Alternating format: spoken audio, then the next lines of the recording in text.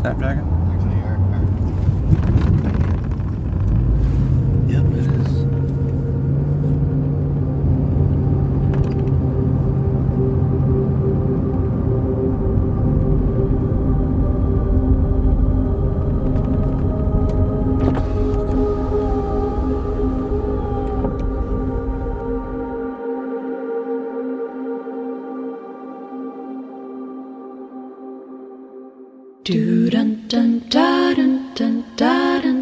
Ten years ago today marked the last time anybody reported seeing or talking to Tara Grinstead. Officially, police are calling this a missing persons case. GBI officials say investigators... Latex gloves found in $80,000 reward is being offered for information. is Tara Grinstead? From Tenderfoot TV in Atlanta, this is Up and Vanished, the investigation of Tara Grinstead. I'm your host, Payne Lindsey. Today's episode is brought to you by Mack Weldon. Ladies, if you're looking for a great Christmas gift for your man, this is it. Mack Weldon makes the most comfortable underwear, socks, boxers, briefs, and t-shirts for men on the planet. They make insanely soft fabrics with a clean, modern design. And to be honest, men hate buying these things for themselves. But as a gift, it's awesome. I don't care who you are, if you're a man, you wear boxers, socks, briefs, you wear something. Well, hopefully. And Mack Weldon has a huge variety of styles and designs for everybody. Christmas is right around the corner. So ladies, if you need one more gift idea for your man, this is it. And right now, Mack Weldon is offering 20% off everything in their store, exclusively for Up and Vanished listeners. To redeem this offer, just go to Mack, M-A-C-K, Weldon, WELDON.com and use the promo code UP at checkout. And if he doesn't like his first pair of boxers, he can keep them and they'll refund you anyways. Just go to MackWeldon.com and use the promo code UP for 20% off everything. Now back to the show. Once the connections between the frontal cortex and the limbic system are gone, the limbic system is free to fire its messages of emotion uninhibited by the frontal cortex. And behavior becomes erratic and unpredictable. Gage died 12 years later, still unbalanced. At the Warren Museum in Harvard, the tamping rod and Gage's skull are preserved, a monument to research into how physical changes in the brain affect behavior. I felt like the suicide story needed more investigation. I wasn't ready to hang it up yet. I did some digging around, and I found some more details about the car wreck he had. From what I could find, the wreck didn't appear to be very traumatic. He didn't have any broken bones, or any other severe injury. So what would cause him to start telling these stories about Tara? I called a clinical psychologist to weigh in on this. My name is Erin Tone, and I'm a clinical psychologist. I teach psychology at Georgia State University. What types of diseases or injuries can cause like a complete and sudden personality change? There's a whole range of possibilities. There are a lot of neurological disorders, particularly those that affect the frontal lobes of the brain, that can change people's personality in that they affect their judgment, their ability to control and regulate their emotions. And then there's a whole range of psychiatric disorders that can be associated with at least changes in behavior and emotion that can look like personality changes. So it's a pretty broad range of possibilities. So someone who's severely depressed may start to look paranoid. Someone who is previously very social could become very withdrawn. There are some brain tumors that lead people to have hallucinatory experiences. Some people with head injuries have these. Schizophrenia is a possibility. In this particular case that I'm dealing with, it was a healthy white male in his early 20s, and he got in some sort of car accident on a dirt road, and he hit his head. He didn't break any bones, but shortly after the wreck, his behavior began to change. He became a lot more reclusive, and he started telling his family and friends bizarre stories about how he knew what happened to this missing person, and he knew that the people responsible were after him. 2 years later, he actually committed suicide. Yeah, that would be one of those very, very tricky and difficult diagnostic questions. Simply not having had to go immediately to the hospital for head injury doesn't rule out the possibility that there was subtle, gradually emerging damage. You can also have brain injuries that involve what's called shearing, where the brain essentially bounces back and forth off of the skull, and that can cause symptoms that might take a little bit of time to show up. they may be starting to show changes in personality and behavior that are very subtle and only seem to make sense as problematic when you're looking back. From what I've gathered from the actual accident, the damage to his head, wasn't severe enough for him to be hospitalized, even though there was no severe damage from the surface. Is there still something that could have happened there that could cause this? In some cases, there can be a lot of very subtle damage, and so it may not be something that shows up cleanly and clearly on any kind of imaging, but the functional changes and the timing of those changes can indicate that there are neurological problems. The car wreck he had was on a dirt road, and it was at night. One of the stories that he told his friends and family involved this dirt road at night, and I was curious if, you think there would be any link there with how that manifested. Yeah, it can go either way.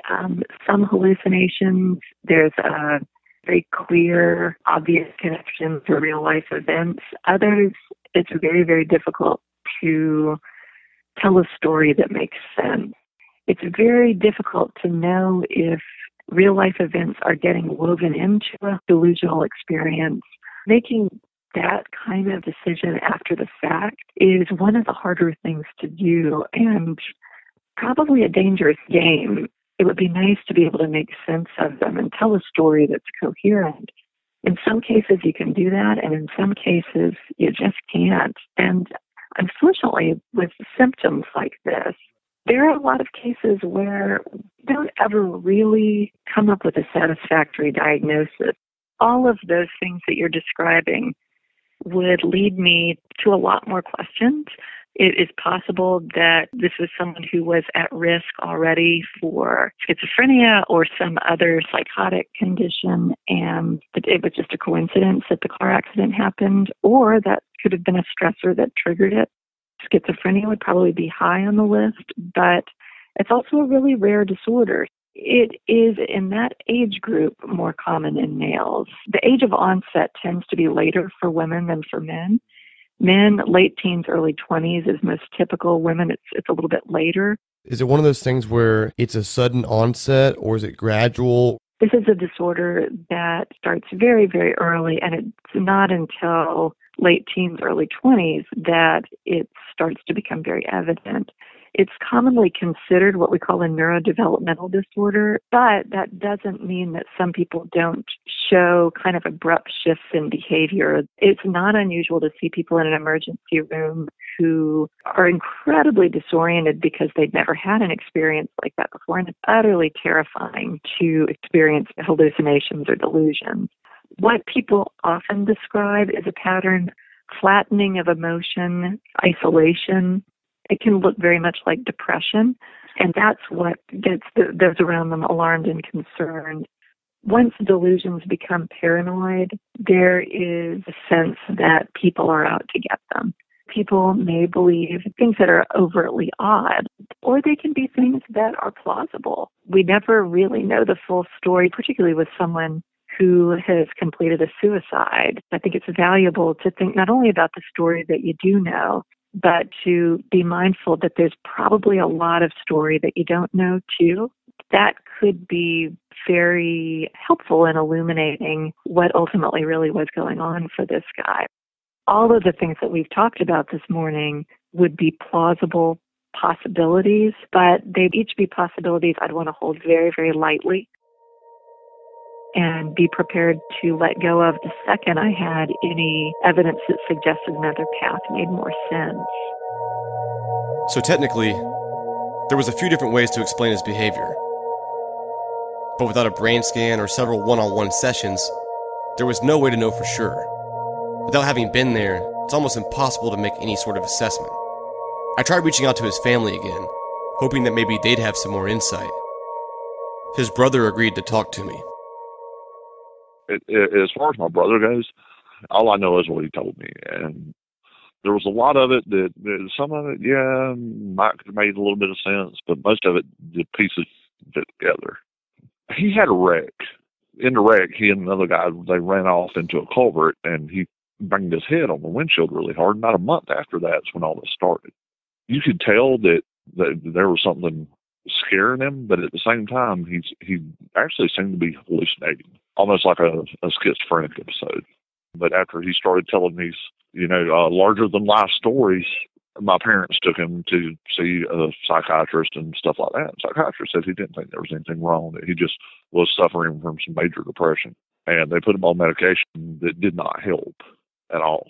So how many different times do you think he told you stories about Tara or someone being after him? Most of the time, the stories weren't about Tara. The only time Tara's name was ever mentioned was the first time that, this happened. And all the rest of the times, it was people that he thought might have been linked to Tara's disappearance, like Marcus Harper. Really, other than that, he never actually talked about her or how she went missing or anything like that. There were a lot of things that didn't add up with anything he was saying. And then there were some things that, would make you go, well, I don't really know. But I mean, whatever it was, he believed in it strongly enough that he went to the GBI, he went to the headquarters of the FBI to talk to them. He went and sold basically everything he owned to get a plane ticket, spur of the moment to fly to Quantico. Do you know any more about the note that he left? Apparently the GBI still has it in evidence, and they haven't released it to anybody, as far as I know. They haven't released it to my family, or they've given some things back to my family, like his wallet and things like that. But I mean, even the gun that he used, the GBI still has.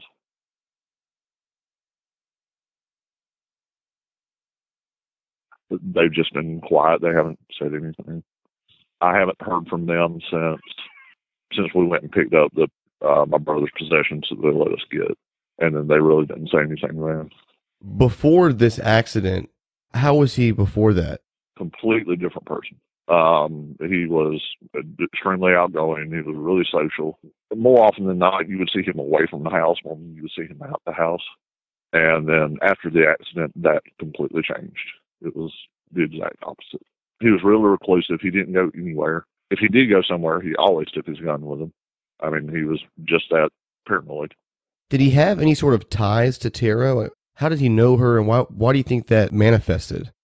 He was at a party one night, but apparently Marcus Harper was there.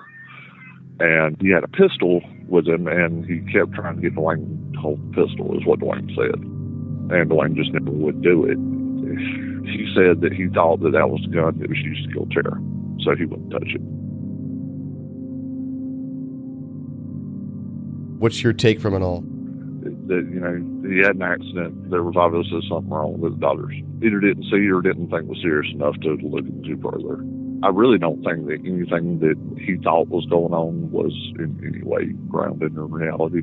Like, he would tell me that somebody had sent him a message, and he would be pointing at the blank screen of a phone, and he was seeing something that I wasn't seeing.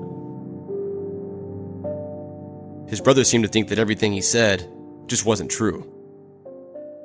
His behavior did seem to match some things the psychologist told me. Either way, unless one of the people listed in the suicide note decides to talk, there wasn't really much left to look into. Back in episode 1, I mentioned a man named Rhett Roberts. He was the son of Tara's landlord, and Tara had stopped by his house for a few minutes before going to the barbecue that night. My grandma's friend Melba told me that Tara stopped at a former student's house in Fitzgerald before going to the barbecue. She couldn't remember his name, but said if she ever did, she'd let me know. But what if Melba was confusing this student with Rhett Roberts? After 11 years, they could definitely sound similar. I hadn't talked to her in a while, so I figured I'd give her a call and ask her. I remember telling you, that I understood she went to a student's house and didn't remember his name, and I didn't. And you said you had not heard that before. But that was what we heard from the beginning, that she went there and then went to the principal's house for the cookout. From what I've heard, Tara left the pageant around 7:30, and then she went to her landlord's house, and his name was Rhett Roberts. Could this person be that student you were talking about, or is that student somebody else? I remember it was a Roberts, and I couldn't say for sure that it was Rhett. I know it was a Roberts, but I'm not just really positive. Well, I remember now that it was a Roberts, but like I say, I'm not sure which one it was. So I guess it was Rhett Roberts. Unless this student had the same last name, too. I serve as a bailiff for our courts when we have a jury, because my work when I was working was I was our Superior Court clerk, and of course I handled all the court cases and so forth that went up for trial. And I was there one day, and 2 or 3 of the people who worked for the sheriff's office was there. Anyhow, I said, do you all ever hear anything about Tara Grinstead's case? They said, well, we don't hear a lot, but said anytime we get anything on it, we check it out. They said we don't ignore anything that comes to the sheriff with reference to her case. So they're still actively working on that case. What's the most popular theory going around in town? People have to be saying something. I don't know, but personally, I thought and still think it was somebody she knew that she left with. And I don't really think she was forced because of the situation. I think it was somebody that she knew. I have no idea who it could have been, but, there were several men suggested, that she had seen and so forth. And I said the main thing that I hated that came out of this, other than her disappearance, was most of us who only knew her as a teacher, we just thought she was just one of these quiet little teachers that taught school and went home and stayed home till the next morning, went to school and all. But evidently she had an active life.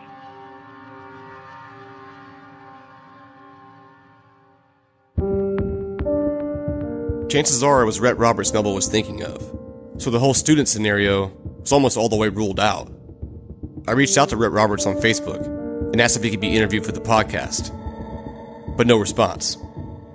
So a few weeks later I asked him again, and this time he responded. He said this: I am innocent. I know I didn't do it. God knows I didn't do it. And I have decided to move forward with my life. Then he blocked me. I only asked if I could interview him. I never said anything about being guilty of something.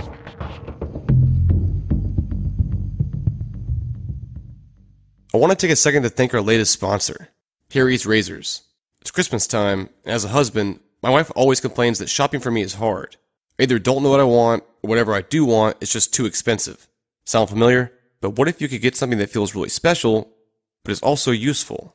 That perfect balance of a gift is Harry's limited edition shave set. Literally every man has to shave, even if you can't grow a beard like me. And this limited edition set from Harry's looks awesome, and he's guaranteed to use it. The set includes a blue chrome razor handle, 3 of Harry's German-engineered blades, and foaming shave gel that smells amazing, all in a nice little gift box. It's a no-brainer. The set goes for $30 on harrys.com, but right now they're offering $5 off exclusively for Up and Vanished listeners. I've tried just about every razor company out there, and a lot of the blades are just cheap and hurt your face. Harry's blades are the exact opposite. These are high quality, and they're worth your buy. To get $5 off your set, just go to harrys.com and use the promo code UP. Again, that's harrys.com, promo code UP. Now back to the show.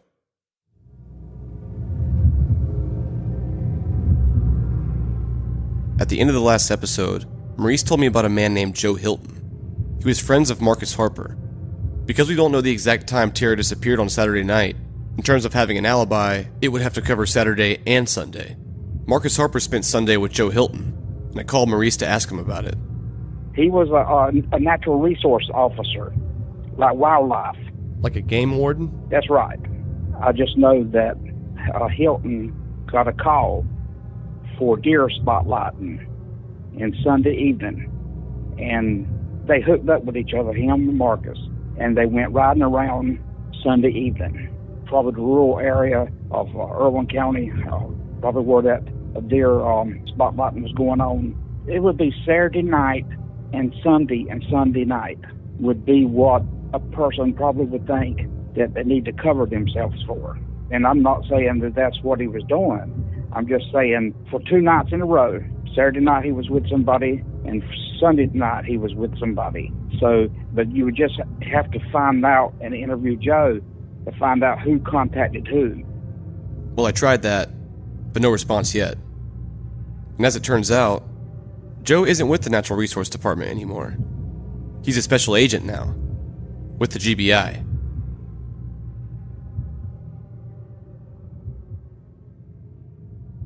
In a previous episode, I quoted an article from the National Enquirer. It mentioned a police officer from Perry bombarding Tara with phone calls on the day of her disappearance. It also said the officer was married and was having an affair with Tara. They didn't mention him by name, but Heath Dykes was also a police officer from Perry, who was married and made numerous phone calls. So it seemed clear who they may have been inferring. Now before I go any further, let me just get this straight. The National Enquirer is the tabloid, infamous for writing, let's just say, sensational stories. So knowing that, I wasn't going to jump to any big conclusions off this article. But a few years ago, a producer working with Maurice reached out to the writer of this article and asked him who his source was. That guy actually went to Osceola and spent a couple of days in Osceola. He said that all the information came from Marcus Harper's lawyer. Because he was Harper's lawyer, he would have inside information to the GBI information. And see, Harper's lawyer, he told this journalist that Dykes was planning to leave his wife for Tara and changed his mind. This was interesting, but I wasn't completely sold. For what it was worth, I called the writer myself. He asked me not to use his voice, but he told me the same thing Maurice said. All the information was from Marcus Harper's lawyer. Maurice also told me something else interesting. See, Tara felt like that there was too many people who had keys. On her kitchen table, still in the plastic, was a new set of doorknob hardware to be put on that door. She felt like too many people had keys to that door. And I can send you the photograph. In the picture on Tara's kitchen table, there looks to be a new lock. Maybe she was changing it. The neighbor next door had a key, and so did Rhett Roberts. But did anybody else? See, in January of 2006, I turned this case down from her sister, see. About third week in February, she contacted me again, and I took it. When I was there, see, Larry has one of these huge RVs. Larry is Tara's sister's husband. He let Maurice stay in his RV when he came to Osceola. Right outside of Osceola is a bluegrass park, and you can park RVs. So he brought his RV down and stuff, and so I was able to stay in the RV. My wife went one time with me, and I was able to stay in that RV, rent-free. They didn't charge me anything like that. The one night, I think it was a Saturday night that we were there, one night about 3 o'clock, this big old bright light woke us up, and my dog started barking like crazy. It's sort of like the old-timey outdoor theater where they had humps between the lanes where you park.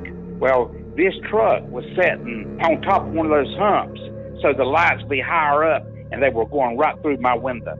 I couldn't see anything, and the only thing we heard was the revving of the truck, and those lights went right through the window, right on our bed. There's no doubt about it, the truck at the RV park was trying to be threatening to me. And the next day, I told the sheriff, and I raised hell. The next day, Maurice went back home to North Carolina. And after he got settled in, something else strange happened. I got a phone call about 1:30 in the morning on my landline, not on my cell phone, on my landline, and it was unknown. A blocked number called his house phone. There was a man's voice on the other line he didn't recognize. He said, if you know what's good for you, you stay the hell out of Osceola. The GBI pulled my phone bill. They subpoenaed my phone bill, and it was an unknown phone call. You couldn't trace it.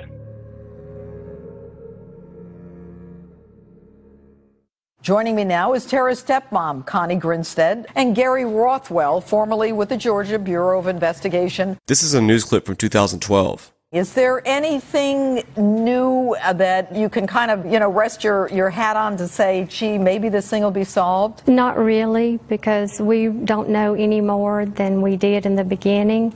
The only thing that we feel in our hearts 100% about is that there was foul play involved. Other than that, we really don't know what happened to Tara or even who is responsible. Do you have any feeling, any inkling of who might have done this? Did she ever share with you a concern that some guy was going to, do her in? No, I don't have any idea who is responsible. I've heard all of the persons of interest, all of the names and all of the possibilities, but I honestly don't know what happened to her. Gary, you worked this case from the beginning, and you say that it's one of the cases that continues to haunt you. It's a convoluted case that just maddeningly frustrating. Every time we'd open one door, there'd be several hallways to go down and more doors at the end of that. And it's, you almost feel like a disservice that we haven't resolved this case for the family and for Tara. But the truth is, Gary, that there were several guys who might have been involved. You know, there was a boyfriend, a police officer who was looking for her the day before she went missing, a student arrested at her house. She was a teacher, a landlord's son. So you had quite a wealth of possible suspects. Absolutely. The evidence indicates that the person responsible for Tara's disappearance is very likely someone that knew her. So we had to look at people that were close to her, and there were a lot of them. But we have not been able to link any of those people to her disappearance. It's in the box there. That name is in the box. That's it. The name's in the box, but we don't know which one it is. The name is in the box. At least we think so. But whose name's really in that box?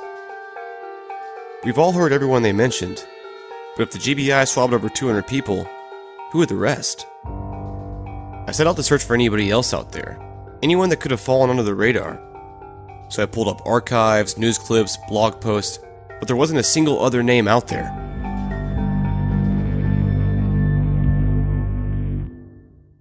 But then I went back to where this whole thing started, that website, Web Sleuths, and that's where I found what I was looking for. On the forum for Tara Grinstead, on May 11th, 2008, someone posted Jim Hickey, software salesman from Atlanta, who took Tara to dinner in early October 2005. Did he visit Tara the Friday before she disappeared? Who is Jim Hickey?